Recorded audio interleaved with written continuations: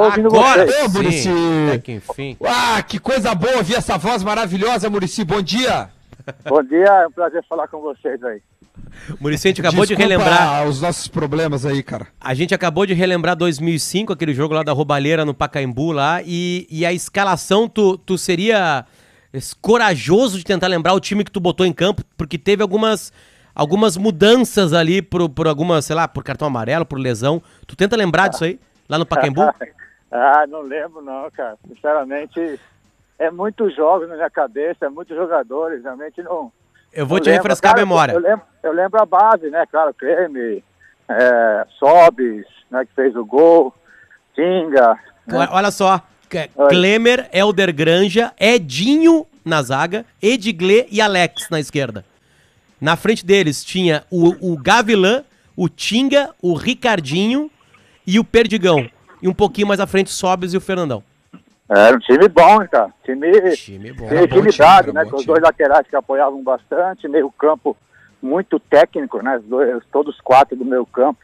Jogadores que gostavam de jogar, gostavam de ter a bola, né? E na frente, dois caras, um diferente do outro, né? Um mais centralizador, que é o Fernandão, e o Sobis, que é o que se mexia demais, que era muito difícil ser marcado, né? Então a gente tinha realmente um bom time, né?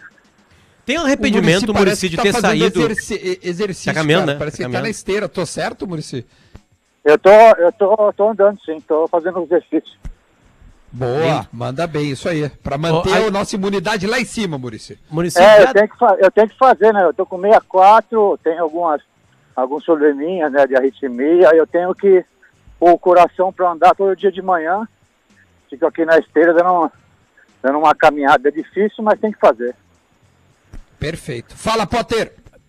Já deve ter chegado em ti, certamente, Muricy, um repórter do Globoesporte.com, né, que é o Tociro Neto, que faz a imitação da tua voz, né?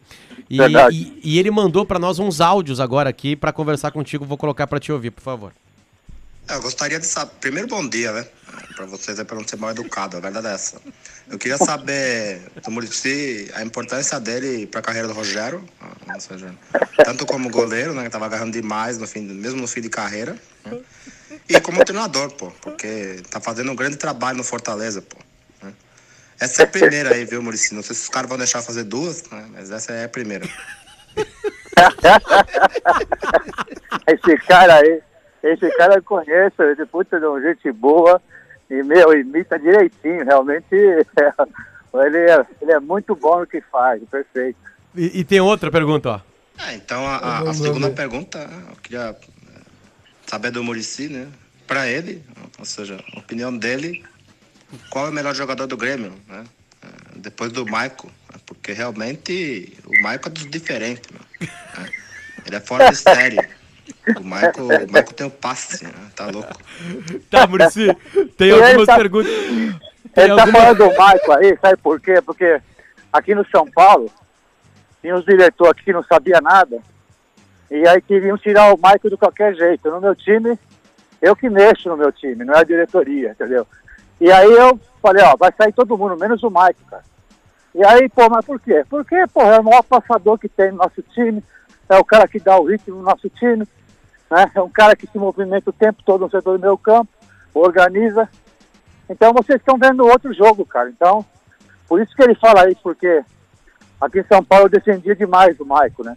E ele tá mostrando aí no Grêmio que jogador diferente que ele é, né, cara? Mas Muricy, eu enquanto gremista, eu quero agradecer a esses dirigentes do São Paulo aí pela sábia decisão, por nos mandarem o cara que literalmente mudou a maneira do Grêmio jogar na história do Grêmio. O Grêmio deixou de ser aquele Grêmio embarrado, encardido, para se transformar num Grêmio extremamente técnico. Então, mas no São Paulo eu entendia isso. E põe ele pra jogar, porque eu achava, não é possível que esses caras estão vendo outro tipo de jogo, porque o cara que faz o time andar, o cara que faz a bola andar, né? Então, a bola passa pelo setor do meio campo e sempre o Grêmio domina, em qualquer lugar, fora de casa, dentro de casa, por quê? Porque o Maico faz isso. O Maico é muito bom nisso, ele faz os companheiros jogar, né? E aqui no São Paulo, tive essa briga com eles aí, mas até que chegou um momento, que a gente conversava muito, eu com o Maico, Falou, ó, Muricy, é o seguinte, meu, acho que já deu. Eu tenho que sair daqui porque esse cara não tem jeito. Aí eu falei, quer saber, meu, você tem razão, cara, vai embora, vai seguir sua vida. Foi a melhor coisa que ele fez. Muricy, não é a primeira vez que a gente sabe de histórias assim no São Paulo de dirigentes queimarem jogadores ou jogadores acabarem saindo. É difícil pro treinador, assim, administrar esse tipo de situação, cara? Bom, é difícil para treinador, assim, mais jovem, né, que não tem, assim, tanta bagagem, né. No meu caso, eu batia muito de frente, né. Mas eu também estava toda hora pendurado, né, toda hora os caras queriam me tirar, né, não tinha jeito, né, porque eu dizia muito não para eles. Então, quando você fala não, os caras não gostam muito não, sabe? Então, e eu também socialmente não sou muito legal com as coisas de jantar, de almoçar, essas coisas aí. E aí é complicado, né? Então, eu brigava muito agora. A única chance que eu tinha de me manter lá era ganhar. Então também no ponto era bom, porque eu sofria pressão para ganhar e ganhava e ficava. Ô Muricy, dos times que tu treinou, e não foram poucos, foram tricampeão brasileiro, Fluminense, Santos, enfim, o Inter, esse que nós falamos, qual foi o time que tu disse assim, cara, esse time era um cano, uma máquina, e realmente foi campeão porque merecia? Qual foi o melhor time que tu treinou? Não tô dizendo que se tu escolher esse, os outros são ruins, mas qual foi o que tu, na tua opinião, achou que era realmente uma coisa linda e maravilhosa de se ver jogar? Tinha um que era muito consistente, que é o do segundo campeonato de São Paulo, do bicampeonato, em 2007 era muito forte, porque não tomava gols e fazia gols, né? Ficou acho que 1000 minutos sem tomar gols, era muito forte.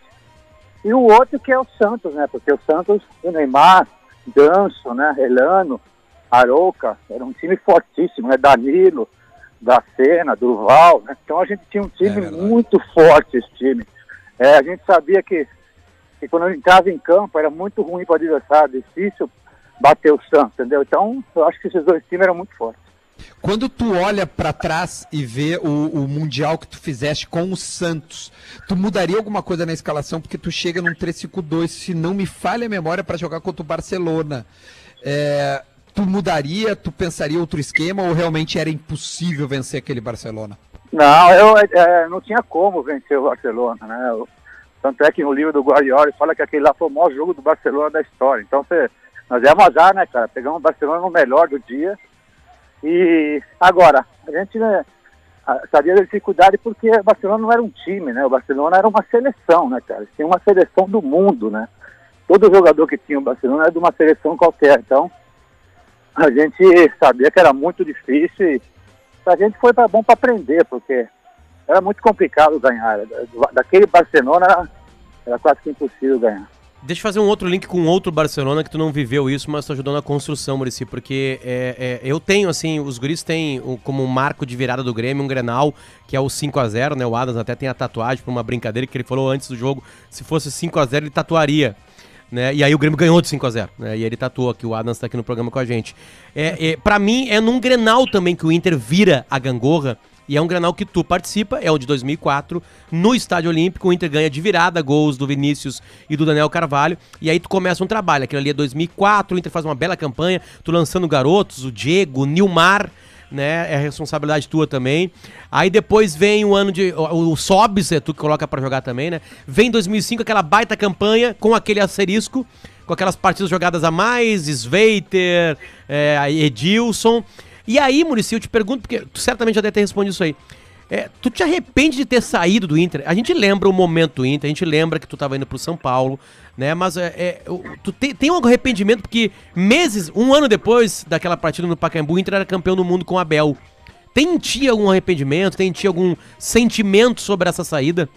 Bom, primeiro é de falar desse clássico aí. Esse clássico realmente deu uma virada, porque o Grêmio estava numa fase excelente, né? Me parece que 5 anos que o Inter não ganhava, e nosso time era um time que estava sendo montado, era um time de moleque, e nós saímos até perdendo o jogo e demos a virada lá no Olímpico, que é muito difícil. E aí, é claro, um Grenal você sabe que muda tudo, né? Muda tudo pro time, pro treinador, para todo mundo. Então, para mim foi excelente, né? Em relação à sequência, não, sabe por quê? Porque quando eu também estava no Inter 2004, 2005, o São Paulo quis me levar para dirigir o Mundial, e depois o Autori ganhou. E eu disse ao São Paulo várias vezes, não, eu não posso sair daqui, cara, porque Eu estou formando um novo time, é muito irresponsável da minha parte eu sair aqui. Isso eu falei umas 2, 3 vezes pro São Paulo. Então, eu não me arrependo das coisas. Por quê? Porque mas o São Paulo foi campeão da Libertadores do mundo. Bom, mas aí pode ser que comigo não seria. Foi com o Autuori que mereceu. E o Inter igual, ou seja, o Inter também não tinha convite mais do São Paulo. Eu já não tinha mais. Acontece que já estava desgastado, já queria voltar para trás da minha família, já queria ficar quieto, né? Porque a reconstrução do Inter foi muito difícil, cara. Eu cheguei no final de 2002, quando o Inter brigou para não cair, aí comecei a tentar mudar o Inter, né? E sem dinheiro, cara. Então foi muito duro, ó, todos esses anos no Inter. Então eu queria ficar quieto e descansar. E aí quando eu voltei para São Paulo, cara, tava depois de um tempo, o São Paulo fez o convite e eu aceitei, mas não posso me arrepender, porque meu trabalho que eu tinha que fazer no Inter, eu já tinha feito. Então e o Abel pegou o time e deu sequência e foi campeão. Muricy, se tem alguém que pode cobrar ética no futebol é tu. A gente tem várias histórias, a gente fala com pessoas que trabalharam contigo e eles falam isso. Por exemplo, tu acabou de contar uma história aqui, tu não larga o Inter no meio de um trabalho. Acaba o ano e aí tu larga. Né? Então entre aspas, tu não quis, exatamente, eu ia lembrar desse caso, né? Do Fluminense, da seleção brasileira. E aí então, tu ganha no Náutico, né? No mesmo dia que o Brasil foi campeão do Penta, que passou esses dias aí, o Muricy era campeão estadual lá no Recife, né? No Arrudão lá, com o Náutico. Aí depois tu ganha no Figueirense, aí tu reforma o Inter, renasce o Inter, entrega ele pro Abel. Aí depois tu ganha no São Paulo, tu ganha no Fluminense, tu ganha no Santos, e aí tu tem um problema de saúde onde a tua carreira ela é de uma maneira, é uma parada obrigatória.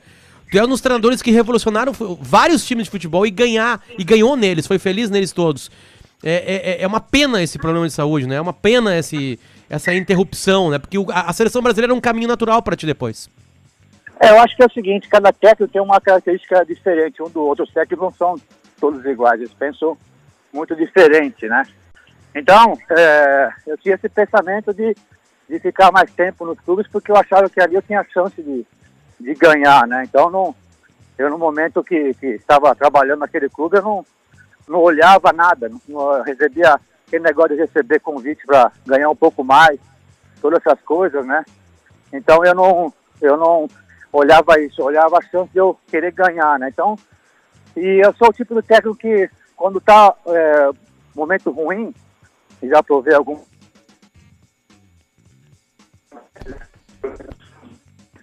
um jeito, entendeu? Era bom para isso, para pegar um time desacreditado, pegar um time com um problema financeiro, como foi o Náutico, como foi o Inter.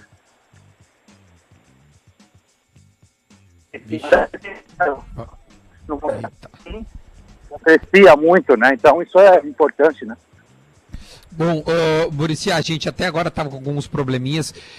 Desculpa ali no início, a gente não conseguiu te ouvir, mas, cara, a gente podia ficar um programa todo trocando ideia contigo, muitos assuntos. Obrigado, bom exercício, tá? Isso aí faz muito bem essa esteirinha aí para se manter em forma, tá? Boa quarentena, Muricy. Se puder, fique em casa. Mas eu fico 23 horas em casa, só saio para dar essa caminhadinha aqui na academia e fico direto, não tem essa não, ainda mais eu que estou no grupo de risco, a gente ficar quieto em casa e também espero que todo mundo fique, né? Um abraço a todos aí, obrigado.